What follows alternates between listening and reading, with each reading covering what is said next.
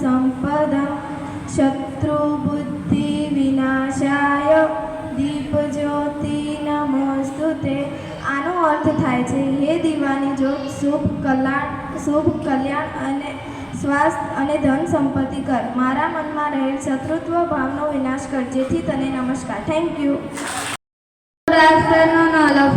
મારું નામ મૈનાપુરે ભવ્ય છે। આજે હું તમને શ્લોક કહેવા જઈ રહ્યો છું। મુકં કરોતુ વાચાલં